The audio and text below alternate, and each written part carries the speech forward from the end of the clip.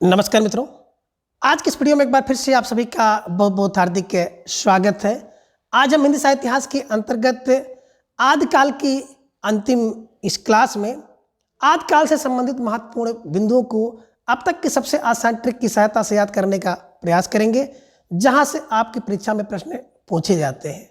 तो जैसा कि स्क्रीन पर आप देख पा रहे हैं विद्यापति, और बात करें विद्यापति का तो इनका जन्म समय 1350 से 1450 ईस्वी है, यानी कि 1350 में इनका जन्म होता है और 1450 में इनका निधन होता है। तो इनका कार्यकाल 1350 से 1450, ठीक है, 100 वर्ष का था। बात करें विद्यापति के गुरु का तो विद्यापति के गुरु जी का नाम था पंडित हरिप्रसाद मिश्र। हरिप्रसाद मिश्र इनके गुरु थे। विद्यापति का जन्म जो है बिहार प्रांत के दरभंगा जिले में एक बिस्पी गांव पड़ता है, इसी बिस्पी गांव में इनका जन्म हुआ था। तो विद्यापति, विद्या बिहार, बी से विद्या, विदेश बिहार, दरभंगा और बिस्पी। देखिए विद्या बिहार और बिस्पी गांव, ठीक है ना, तो इसको दिमाग में रख लीजिएगा। और गुरु कौन थे? गुरु पंडित हरि मिश्र थे। जन्म 1350-1450 ईस्वी में, ठीक है ना। अब देखिए भाषा की दृष्टि से जो विद्यापति जी हैं इनके द्वारा रचित ग्रंथ निम्न हैं, जिनमें इन्होंने संस्कृत भाषा में, अवहट्ट भाषा में और मैथिली भाषा में रचनाएं की हैं। बात करें संस्कृत भाषा में तो आप देख पा रहे हैं शैव सर्वस्वसार, गंगा वाक्यावली, है ना। इसके अलावा दुर्गा भक्त तरंगड़ी, भू परिक्रमा, दान वाक्यावली, पुरुष परीक्षा, विभागसार, लिखनावली और गया पत्तलक वर्ण कृत्य, इनके द्वारा लिखे गए जो संस्कृत में ये सब ग्रंथ हैं, ठीक है। कैसे दिमाग में बैठाया जाए तो एक थोड़ा सा क्लू मोटा मोटा निकाल लीजिएगा। क्या कि बोले विद्या, जिसके पास विद्या है बिल्कुल वो सर्व सर्वस्व सब कुछ जान सकता है, सर्वस्व सार जान सकता है, ठीक है ना। और क्या कर सकता है? वाक्यावली, गंगा वाक्यवली, वाक्यवलियों को रचना कर सकता है, वाक्यवली को जान सकता है। यानी कि सर्वस्व का सार कौन जान सकता है? जिसके पास विद्या है। वाक्यवली कौन जान सकता है? जिसके पास विद्या है। और दुर्गा भक्त तरंगड़ी, दुर्गा भक्त तरंगड़ी कौन पढ़ सकता है? वही पढ़ सकता है जिसके पास विद्या है। भू परिक्रमा, अगर भू की परिक्रमा करनी है, पूरे ब्रह्मांड में घूमना है, पृथ्वी पर घूमना है, तो आपके पास विद्या होनी चाहिए, यानी कि जानकारी होनी चाहिए। तो विद्या होगी तभी आप भू की परिक्रमा कर पाएंगे। दान वाक्यवली, देखिए वाक्यवली कौन पढ़ सकता है ना, तो वाक्यवली वही जो विद्यापति होगा, ठीक है ना। और पुरुष को परीक्षा भी, आप पुरुष की परीक्षा पास करनी है तो विद्या चाहिए, है ना, यानी कि विद्यापति की रचना है। विभाग का सार, है ना, विभाग का सार, किसी भी विभाग में आप हैं उसका सार जानना है, संग्रह जानना, निचोड़ जानना है, तो भैया विद्या होनी चाहिए, विद्यापति होना चाहिए, यानी कि विद्या की जानकारी आपको होनी चाहिए। लिखनावली, और लिखने में अगर आप, है ना, लिखना है कुछ तो लिखनावली के लिए विद्यापति होना चाहिए, विद्या होना चाहिए। अगर आपके पास विद्या है, आप जानकारी हैं, पढ़े लिखे हैं, तभी तो आप लिख सकते हैं। गया पत्तलक वर्ण कृत्य, ठीक है ना। देखिए जितने भी आपको वर्ण है, कुछ कृत करना है, इन सब के लिए विद्या की आवश्यकता पड़ती है। तो विद्या का मतलब विद्यापति का है। फिर एक बार देखिए क्या कह रहे हैं कि शैव का सर्वस्व सार जानना है तो भैया विद्या होनी चाहिए, है ना। वाक्यवली जानना है तो विद्या होनी चाहिए। वाक्यवली आपने गंगा वाक्यवली यहाँ पर देखा, और आगे आप दान वाक्यवली देखेंगे, ठीक है ना। दुर्गा भक्त तरंगड़ी पढ़ना है तो विद्या चाहिए। भू की परिक्रमा करनी है तो विद्या होनी चाहिए, जानकारी होनी चाहिए। दान वाक्यवली, गंगा वाक्यवली, दान वाक्यवली, वाक्यवली के लिए विद्या जरूरी है। अब पुरुष को परीक्षा में बैठना है तो विद्या जरूरी है, जानकारी जरूरी है। विभाग का सार जानना है तो विद्या जरूरी है। लिखनावली, अगर आपको कुछ लिखना है तो विद्या जरूरी है, लिखेंगे, विद्या आपके पास रहेगी, जानकारी रहेगी तभी तो लिख पाएंगे। और गया पत्तलक वर्णकृत, वर्ण में कुछ करना है, लिखना है, तो भैया विद्या आपको आनी चाहिए। विद्या अगर आपके पास रहेगी तभी कुछ कर सकते हैं, ठीक है ना। आगे देखिए अवहट्ट की बात करें तो अवहट्ट में इनके द्वारा लिखी गई 2 रचनाएं आपको मिलती हैं, कीर्तिलता और कीर्ति पताका। बात करें कीर्ति पताका की तो कीर्ति पताका जो है अप्राप्त है। आप कह सकते हैं पताका क्या है, पता ही नहीं है, पताका का पता नहीं है, ठीक है ना। तो कीर्तिलता और कीर्ति पताका, तो कीर्तिलता में कीर्ति सिंह और कीर्ति पताका में शिव सिंह की वीरता और उदारता का वर्णन है। कीर्ति से और कीर्ति पताका शिव से, है ना, दिमाग में रख लीजिएगा। कीर्ति से जोड़ दीजिएगा, और दूसरा जो कीर्ति पताका है वो शिव सिंह की वीरता एवं उदारता का वर्णन किया गया है। और कीर्ति पताका के बारे में बताया जाता है कि ये अप्रकाशित है, ठीक है, तो दिमाग में थोड़ा सा रख लीजिएगा। ठीक है ना। अब विद्यापति ने क्या किया, कीर्त की पताका, कीर्त की लता से पताका उड़ाया, इसे दिमाग में रख लीजिएगा। ठीक है। मैथिली में तो पदावली जो कि बहुत प्रसिद्ध है, और इसी मैथिली की पदावली कारण को मैथिल कोकिल भी कहा जाता है। ठीक है ना। और दूसरा है गोरक्ष विजय, जो कि एक नाटक है, ये भी विद्यापति जी का है। तो देखिए पदावली विद्यापति की, गोरक्ष विजय विद्यापति की, इसे दिमाग में रख लीजिएगा। और गोरक्ष विजय जो गद्य है भाग संस्कृत में है, और पद्य भाग जो है वो मैथिल में है, यानी गद्य भी लिखा है इसमें, गद्य तो संस्कृत में है और जो पद्य भाग है वो मैथिल भाषा में है। ये आप देख पा रहे हैं कि विद्यापति जो है तिरहुत के राजा शिव सिंह और कीर्त सिंह के राज दरबारी कवि थे। ठीक है ना। तो क्या देखा आपने, राजा शिव के लिए क्या लिखा इन्होंने, कीर्त पताका लिखा, कीर्त के लिए कीर्ति लता लिखा, तो कीर्ति सिंह के लिए कीर्त लता और राजा शिव सिंह के लिए कीर्त पताका की रचना इन्होंने की थी। ठीक है ना, अवहट्ट भाषा में की थी। अब आगे देखिए, विभिन्न विद्वानों ने विद्यापति को श्रृंगारी, भक्त एवं रहस्यवादी कवि माना है ना। तो देखिए अलग अलग, कोई विद्यापति को श्रृंगारी मान रहा है, कोई भक्त मान रहा है, कोई रहस्यवादी कवि मान रहा है। बात करें श्रृंगारी की, तो श्रृंगारी मानने वाले हरिप्रसाद शास्त्री, रामचंद्र शुक्ल जी खुद हैं, सुभद्रा झा हैं, राम कुमार वर्मा जी हैं और रामवृक्ष बेनीपुरी जी हैं। तो आपने क्या देखा कि मोटे मोटे जो 1 2 3 4 5 लोग हैं वो श्रृंगारी मान रहे हैं, यानी कि कौन, एक तो शुभ है, क्या शुभ है, बोले शुभ हर है, शुभ क्या है, हरि का, और राम राम का नाम शुभ है, बिल्कुल शुभ है। ठीक है, शुभ है, क्या शुभ है, श्रृंगार शुभ है, किसके लिए, बोले राम के लिए, हर के लिए, है ना, राम राम।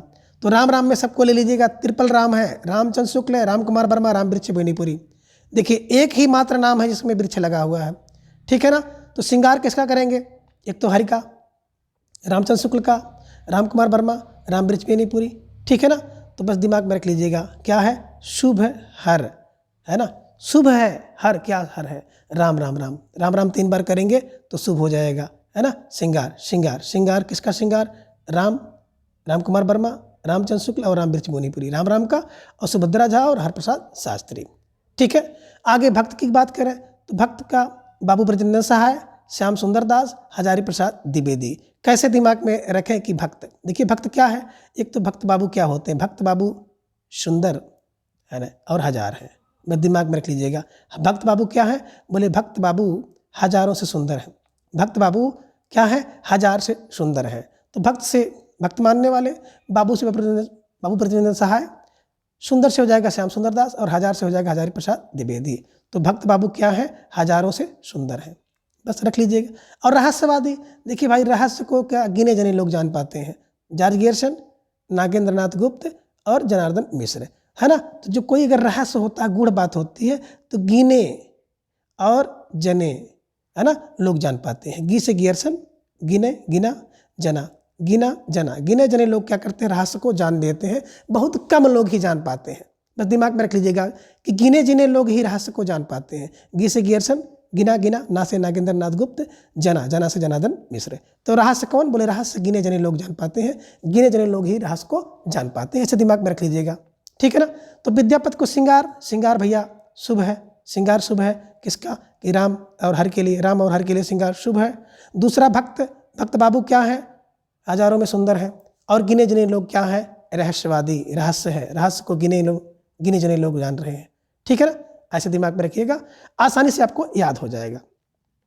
आगे बच्चन सिंह ने विद्यापति को जाति कवि कहा, जाति कवि, बच्चे जाति कवि किसको, विद्यापति कह रहे हैं।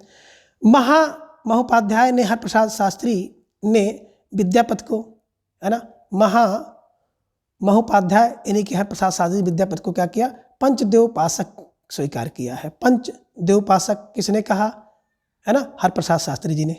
ठीक है। बात करें सूर्यकांत त्रिपाठी निराला ने क्या कहा, इनकी पदावली के जो श्रृंगारिक पदों को, मादकता को, नागिन की लहर बड़ी निराली होती है। दिमाग में रख लीजिएगा कि नागिन की लहर बड़ी निराली होती है। तो बस दिमाग में रख लीजिएगा, है ना, किसकी, इनकी पदावली की लहर को नागिन की लहर कहा, किसने कहा, निराला जी ने। और आप ट्रैक में रख लीजिएगा कि नागिन की लहर निराली होती है। बात करें हजारी प्रसाद द्विवेदी ने विद्यापति को श्रृंगार रस का वाक्य सिद्ध कवि कहा। तो देखिए श्रृंगार रस के वाक्य सिद्ध कितने, बोले 1000 हैं, श्रृंगार रस के वाक्य सिद्ध 1000 हैं, 1000 से हजारी प्रसाद द्विवेदी ने कहा। ठीक है। आचार्य रामचंद्र शुक्ल जी ने कहा विद्यापति के संबंध में कि आध्यात्मिक रंग के चश्मे आजकल बहुत सस्ते हो गए हैं। उन्हें चढ़ाकर जैसे कुछ लोगों ने गीत गोविंद को आध्यात्मिक संकेत बताया है, वैसे ही विद्यापति के इन पदों को आध्यात्मिक रंग के चश्मे सस्ते हुए हैं आजकल, है ना। किसके लिए? रामचंद्र शुक्ल के लिए। दिमाग में रखिएगा कि रामचंद्र शुक्ल जी ने कहा है, क्या कहा है कि आध्यात्मिक रंग के चश्मे आजकल सस्ते हो गए हैं। ठीक है। अब विद्यापति के प्रशंसकों ने उन्हें कई उपाधियां से विभूषित किया है, जिनमें क्या है? अभिनव जयदेव, कवि शेखर, कवि कंठहार, नव कवि, खिलन कवि, दशावन, दशावधान, पंचानन, मैथिल कोकिल आदि इनको उपाधियां दी गई हैं। तो देखिए, मैं नव आप कह सकते हैं कि मैं नव, है ना। मैथिल कोकिल, नव कवि, ठीक है ना। मैं नव, अभिनव देखिए अभिनव, है ना। खिलनहार, राजा पंडित, है ना, राजा पंडित भी, शेखर, दशावन, ठीक, पंचानन। तो दिमाग में रख लीजिएगा कि अभिनव जयदेव कौन? विद्यापति को। अगर विद्या आपके अंदर है तो अभिनव होगा, है ना, जय होगा आपका। कवियों में शेखर होगा, विद्या है तो कवियों के कंठ में रहोगे अगर विद्या है। नौ कवि होंगे, विद्या है, और विद्या है तो खेलन कवि आप हो जाएंगे, खेल में कविता बना देंगे। दशावधान में भी आपकी जय होगी। पंचानन आपके हो जाएंगे, विद्या है तो, और मैथिल कोकिल कहलाओगे अगर आपके पास विद्या है। यानी कि विद्यापति को इतनी ढेर सारी उपाधियां मिली हैं। अब बात करें विद्यापति क्या है? एक शैव संप्रदाय के कवि थे। विद्यापति की कीर्तिलता की रचना जो है भृंगी संवाद के रूप में की गई है। तो देखिए, कीर्त की लता में क्या कर रहे थे? भृंग और भृंगी। लता देखे होंगे ना, लता जो वृक्ष की लता होती है तो उसमें भंवरा और भंवरी होते हैं, बस दिमाग में रख लीजिएगा, ठीक है ना। और पृथ्वी पर कौन रहता है? सुख और सुखी रहते हैं। अभी आपने पढ़ा था कि पृथ्वीराज रासो सुख और सुखी संवाद के रूप में, ठीक है, दिमाग में रखिएगा। सुख सुखी पृथ्वीराज रासो का। और भृंगी की बात करें तो लता में भृंग व भृंगी, लता के अंदर रहते हैं भंवरे, भृंगी संवाद कीर्तिलता, ठीक है ना, के रूप में है।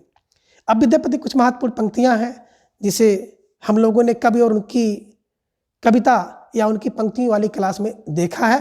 कुल 14 भाग हैं, तो वहाँ से आप इन पंक्तियों को आसानी से पढ़ सकते हैं। यहाँ हम लोग इसको नहीं देखेंगे, ठीक है ना, वहाँ जाके आप पढ़ सकते हैं कवि और उनकी पंक्ति वाली क्लास में, ठीक है। बात करें अमीर खुसरो का तो 1253 और 1325, 1253 1325, देखिए उसको उल्टा कर दिए, 1253 1325 उल्टा कर दिए हैं तो हो गया। इसको दिमाग में रखिएगा, कई बार इनके जन्म काल को ही पूछा गया है, ठीक है। आगे है अमीर खुसरो का वास्तविक नाम अबुल हसन था। अमीर खुसरो निजामुद्दीन औलिया के शिष्य थे, यानी कि इनके गुरु कौन थे? निजामुद्दीन औलिया, ठीक है ना। अमीर खुसरो क्या खड़ी बोली के आदि कवि कहे जाते हैं, ठीक है। अमीर खुसरो ने दिल्ली के सिंहासन पर 11 राजाओं का आरोहण देखा, 11 राजाओं का आरोहण देखा, यानी 11 राजाओं के कार्यकाल में इन्होंने कविता की है, ठीक है ना। अब इतिहास के विद्वान डॉक्टर ईश्वरी प्रसाद ने अमीर खुसरो को महाकवि या कवियों के कवि, यानी कि कवियों की राजकुमार की संज्ञा दी है। किसने? ईश्वरी प्रसाद ने। कवियों का राजकुमार किसको कहा जाता है? अमीर खुसरो को। किसने कहा? ईश्वरी प्रसाद। ईश्वरी प्रसाद कौन है? तो डॉक्टर ईश्वरी प्रसाद बहुत प्रसिद्ध इतिहासकार है, ठीक है ना। अब विद्वानों ने अमीर खुसरो द्वारा रचित ग्रंथों की संख्या 100 बताई है, जिनमें कुछ महत्वपूर्ण है। इसमें खालिक बरी, पहेलियाँ, मुकरियाँ, दो सुखाने और गज़ल, ठीक है। इन सबको कैसे दिमाग में हमेशा के लिए रखा जाए कि आपके दिमाग में हमेशा याद रहे, तो इसकी एक ट्रिक बना लीजिएगा। ट्रिक क्या बनाइए? कह रहे हैं खाली, क्या करिए? कह रहे हैं सर खाली। क्या खाली? बोले खाली क्या करने से? बोले पहेली।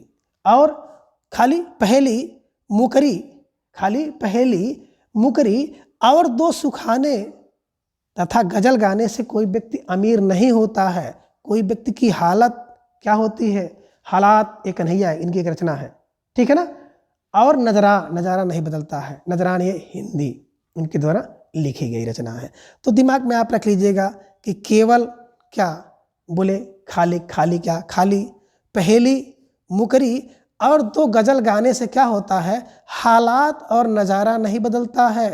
हालात नज़ारा, हालात ये कन्हैया, नज़ारा से हो जाए नजराने हिंदी, इनके द्वारा लिखे गए अन्य ग्रंथ हैं। तो वही कह रहे हैं खाली पहेली और मुकरी तथा दो गजल गाने से हालात और नज़ारे नहीं बदलते हैं। व्यक्ति अमीर नहीं होता है, उसके लिए और कुछ करना पड़ता है। दिमाग में रख लीजिएगा, आसानी से याद हो जाएगा, ठीक है। आगे अमीर खुसरो की जो पहेलियाँ और मुकरियाँ हैं उसको उक्त वैचित्र की प्रधानता देखी जाती है। उसमें उक्त वैचित्र है ना, उक्त वैचित्र की प्रधानता उसमें है। अमीर खुसरो कुछ महत्वपूर्ण पदांश हैं, क्या है? चा मन तूते इंदुम आर रस्तपुरुषी जे मन हिंदू ही पुरुषताना गोयम। ठीक है ना, अर्थात मैं हिंदुस्तान की तूती हूँ, अगर तुम वास्तव में मुझसे कुछ पूछना चाहते हो तो हिंदी में पूछो, जिसमें कि मैं कुछ अद्भुत बातें बता सकूं। हिंदुस्तान की तूती कौन? अमीर खुसरो ने अपने लिए कहा है। अब देखिए पहेलियां हैं, इसकी क्लास हम लोगों को ले ली है कभी और उनकी पंक्ति वाली क्लास, वहां जाकर के आप लोग देख लीजिएगा, बहुत अच्छे प्रकार से ट्रिक की सहायता से याद कराई गई है। ठीक है ना, आगे देखिए लौकिक साहित्य की बात करें तो आदिकाल में कुछ लौकिक का साहित्य हुए थे। ढोला मारूरा दूल्हा 11वीं शताब्दी में एक प्रसिद्ध प्रेम काव्य है। ढोला मारूरा दूल्हा की बात करें, मूलतः डोरा दूहा में है, जिसमें 17वीं शताब्दी में कुशल राय ने इसमें कुछ चौपाई जोड़ करके इसका विस्तार कर दिया। तो देखिए ढोल में कोई व्यक्ति कुशल होना चाहिए। ठीक है ना, ढोला मारूरा कुशल राय। ठीक है ना, किसका? बोले राजकुमार, इसमें राजकुमार है ना, ढोला, इसमें ढोला नामक राजकुमार और मारवाड़ी की राजकुमारी की प्रेम कथा है। ढोला राजकुमार, मारवाड़ी की राजकुमारी की प्रेम कथा है। ठीक है ना, कुछ इस प्रकार से वर्णन किया गया है। देखिए पंक्ति दिए हैं, हाँ, सुरठियो रहो दूहो भयो भली मारवाड़ी बात, है ना, जो बन छाई धड़ भली तारा छाई रात। इस प्रकार से ढेर सारी बातें इसमें कही गई हैं। आगे बात करें बसंत विलास, 13वीं शताब्दी में एक महत्वपूर्ण रचना है। बसंत विलास में 84 दोहों में रचित एक श्रृंगार परक काव्य है, जिसमें बसंत में स्त्रियों और उसके विलासपुर प्रभाव का बड़ा मनोहारी चित्रण किया गया है। ठीक है ना, आगे बात करें बसंत विलास का संपादन सर्वप्रथम केशवलाल हरसाद राय ने किया था। ठीक है ना, तो इस सब चीज़ों को देख लीजिएगा। इसके अलावा कुछ विविध बातें हैं जिन्हें हम लोग देखेंगे। विविध के अंतर्गत क्या है कि अपभ्रंश की 3 भाषाएं, दोहाबंद, पदड़िया बंद और गे पदबंद, ठीक है ना, आदिकाल में प्रयोग किए गए हैं।